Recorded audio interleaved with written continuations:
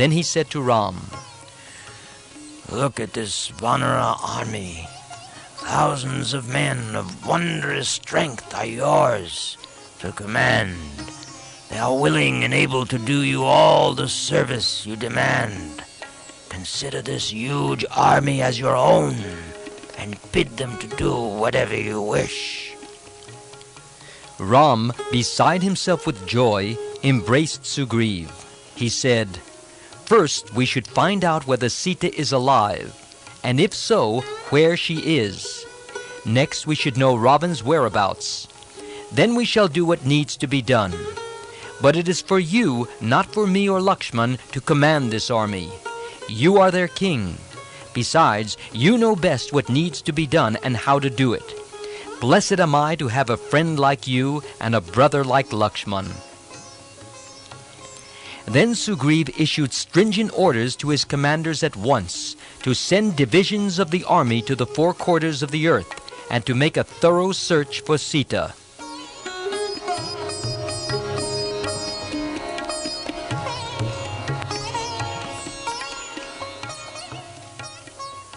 After sending away the other leaders, Sugriv took Hanuman aside and told him, "Son of the wind god, possessing the strength and splendor of your father, you alone can succeed in this task. You have strength, courage, and intelligence, and on you I rely to take up and discharge this responsibility of discovering Sita." Ram too felt that Hanuman's efforts would be crowned with success. Whatever obstacles turned up, he felt that Hanuman would find a way of overcoming them. He gave his signet ring to Hanuman and said, "Take this ring. I am full of hope that you will discover Sita. This ring will tell her that you are my messenger. My dear Hanuman, may you bring Sita and me together again." Sugriv gave orders to his army, saying, "Sita must somehow be discovered. No matter where she is hidden, you can and must find her. Within a month, you must return with news of her." And the army swarmed out like ants from an anthill and spread in the four directions. Sita-bali and his army proceeded northwards. Vinat went east. Sushain westwards. Hanuman, Angad, and General Tar traveled southwards. All were equally enthusiastic and equally eager to catch and kill Ravan and redeem Sita. Each group was anxious to be first to return with success. There was tumultuous rivalry.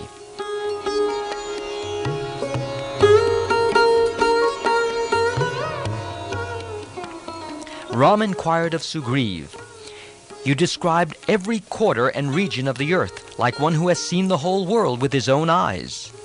How and when did you see it all?" Sugriv replied, "You will remember, my lord, how Vali pursued me in all directions. Wherever I went, he still pursued me, and so I had to wander over the face of the whole world. I thus had occasion to see every part of this planet. Later I learned about the spot where sage Matanga had built his ashram. If Vali had entered that region, his head would have broken into pieces by the sage's curse. I knew that he would not come to that place and could not harm me, even if he did. So there I lay, protected." The hordes that went north, east, and west returned in a month and reported that Sita was not to be found anywhere. But Hanuman, who had gone southwards, had not yet returned. Ram, hearing this, was satisfied that the Vanaras had done their best. Hanuman and Angad entered and searched the caves and forests of the Vindhya mountains. Then they came upon a desert where a rishi was performing austerity. By his curse, it was devoid of trees and plants, of birds and beasts. Traveling further south, they saw a big demon. The cruel one, regarding the Vanara crowd as a good meal, sprang up to catch them. They thought at first that this was no other than Ravan. Angad rushed towards him and gave him a mighty blow. Unable to stand it, the demon spat blood, fell on the earth, and lay dead like a great hill. Rejoicing in the thought that Ravan was dead, the Vanars searched the forest for Sita, but there was no sign of her, and so they carried the search elsewhere.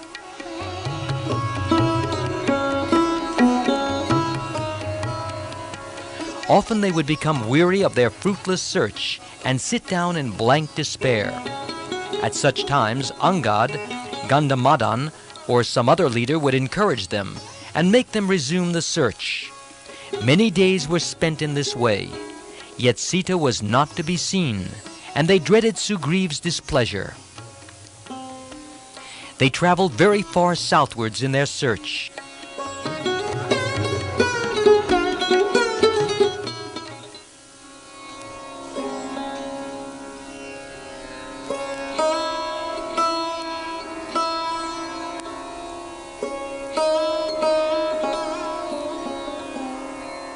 Passing through a desert, fainting with hunger and thirst, they saw a cave from which issued a variety of birds full of the joy of life. The gentle breeze which came out of it covered them with the pollen of lotus flowers and filled them with fragrance. The Vanars concluded, undoubtedly there was water where the birds and perfume came from. So the Vanars, forming a chain with linked hands, stepped cautiously into the dense darkness of the cave, with hearts full of hope, though too parched with thirst even to shout. At long last, all of a sudden, light appeared, and they saw a lovely grove, with streams of clear water and trees bowing under their wealth of fruit. Then they came to a city, with streets paved with jewels set in gold, and great palaces beautiful as a dream. They went along, and then they saw an aged woman, ascetic, seated on a dark skin. The Vanars trembled before the divine splendor of her face. Hanuman took courage to approach her.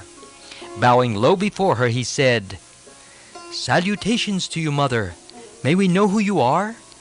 Thirsty and tired, we entered the dark cave, hoping for some water. And now that we see this deserted golden city with trees and pools, we are afraid lest this be a vain vision arising from the madness of too much sufferings. Explain this to us and remove our fears." She answered, How did you find your way into this cave? You will have plenty of fruits and drink here.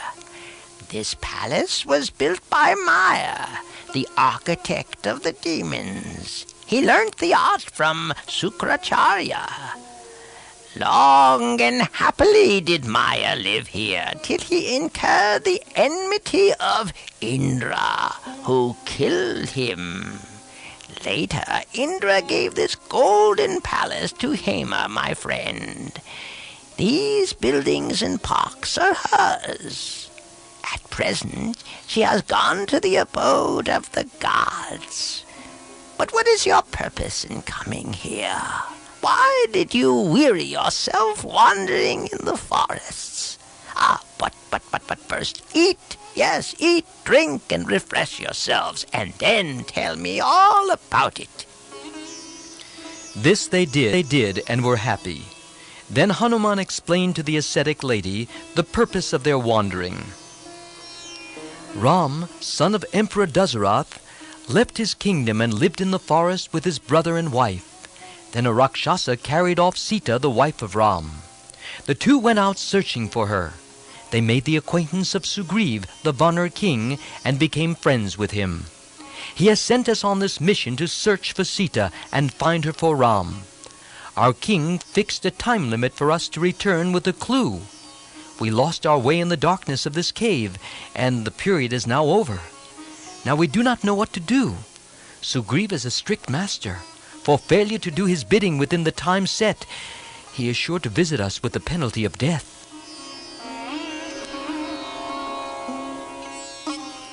Swayamprabha was the name of the ascetic woman, and she said, Alas, you cannot by yourselves go out of this cave. No stranger who enters it can go out of it with his life. But yours is a great mission, and I must, by my power, transport you out. Now, shut your eyes. Accordingly, they shut their eyes. Then, all at once, they found themselves on the seashore.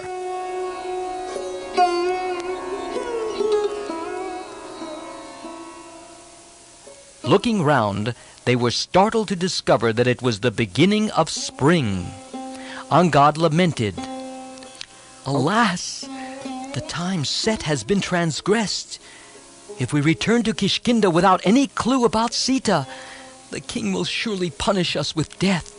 And he hates me. It was under pressure from Ram that he agreed to make me Prince Regent, not because of love for me. Instead of going there and losing our lives, let us fast and seek death here and now." Many of his companions agreed with Angad. The Vanir General Tara said, "I do not agree. Why should we end our lives? Let us return to the cave of the Lady Ascetic Swayamprabha and live there happily. There is everything in plenty there. Neither Sugriv nor anyone else can reach this spot. We shall spend the rest of our lives free from care." But Hanuman said, "What unworthy talk is this? What pleasure is there in eating, drinking, and sleeping in the cave, leaving our families in faraway Kishkinda? Sugriv is a good king whom we need not fear. And if indeed Sugriv is angry with us and determined to punish us, how can this cave give us safety? Can it stand against Lakshman's rage? Will he not smash it to pieces and kill us? No, I see no benefit in Tara's counsel. Let us return and tell Sugriv the whole truth and beg for his forgiveness. This is the only way to safety." But Angad said, "I do not agree with Hanuman. Sugriv has no love or pity for me. He is sure to kill me. He is of a cruel nature. Remember how he killed my father? He does not want me to live. He will find some excuse or other for killing me. He regards me as an obstacle in his way and in that of his progeny, who but for me would inherit Kishkinda. To break a promise is nothing to him. Did he not forget his solemn pledge to Ram that he would search for and recover Sita? Was it not only for fear of Lakshman and his bow that he sent us on this search? My poor bereaved mother has succumbed to fear and accepted Sugriv's protection. She clings to life for my sake. Hearing that I am dead, she will end her life. Alas, I am miserable and do not know what to do. My death is certain if I return to Kishkinda. No, it is far better to fast to death here." He spread on the ground some kusha grass, in the manner prescribed for the vow of death, bowed to the gods and the dead, and sat facing the east, determined to die.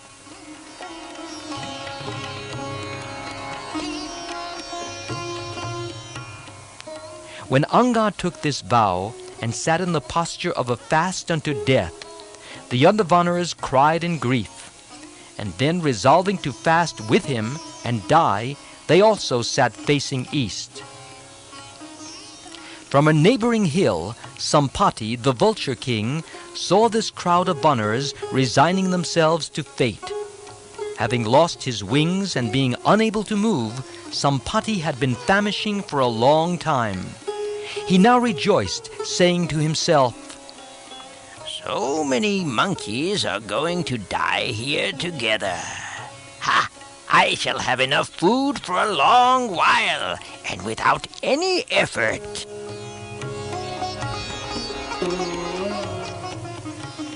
Meanwhile, the Vaniras, expecting death, were recalling the past and talking to one another, and loudly lamenting over all that had happened. They said, "Because of Kaikeyi, Dasarath died. Because of Dasarath, Ram had to dwell in the forest. Ravan carried off Sita. the heroic Jatayu lost his life in the attempt to save Sita. If the heroic bird had strength enough to continue the struggle a little longer, Ram and Lakshman would have arrived on the spot and recovered Sita. By fate did all these things happen, and the end of the tale is that we are dying here. In what curious ways does fate work? Listening to these lamentations, Sampaati stared at the mention of Jatayu, who was his brother. Hearing him spoken of as dead, he naturally wished to hear the whole story. Sampaati was very old. He and Jatayu were the children of Arun, the god of dawn, and brother of Garud, Lord Vishnu's eagle vehicle. Jatayu and Sampaati in their youth competed with each other as to who could fly higher.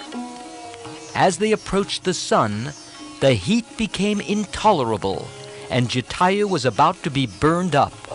But Sampaati spread his wings and protected his brother from the fury of the sun. Jatayu was saved, but Sampaati's wings were burned off. Unable to fly, he fell down on a hill. Since then, he could not move, but stayed in the same place, ever hungry for food and just alive. He now asked in agony, "Who brings sad news of my dear brother Jatayu?" "Oh, wanderers, is beloved Jatayu dead indeed? Why did Ram, son of King Dasarath, go to the forest? Why did he lose his wife? Was Jatayu killed by Ravan? Tell me all."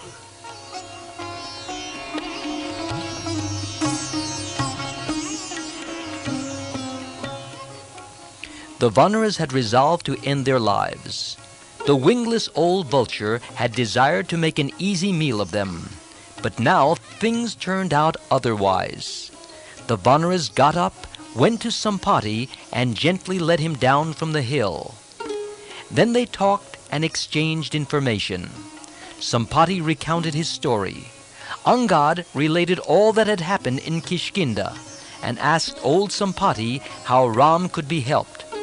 Sampaati was old and weak, but his eyes had not lost their keenness. He could see things very far off.